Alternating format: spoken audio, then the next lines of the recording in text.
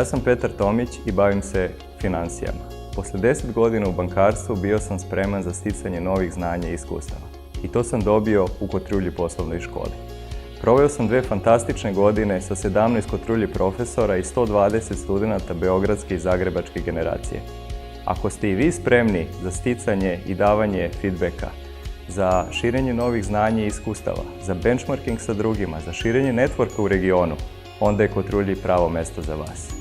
Ukoliko vas nešto zanima iz oblasti korporativnih financija ili bankarstva, slobodno me kontaktirajte.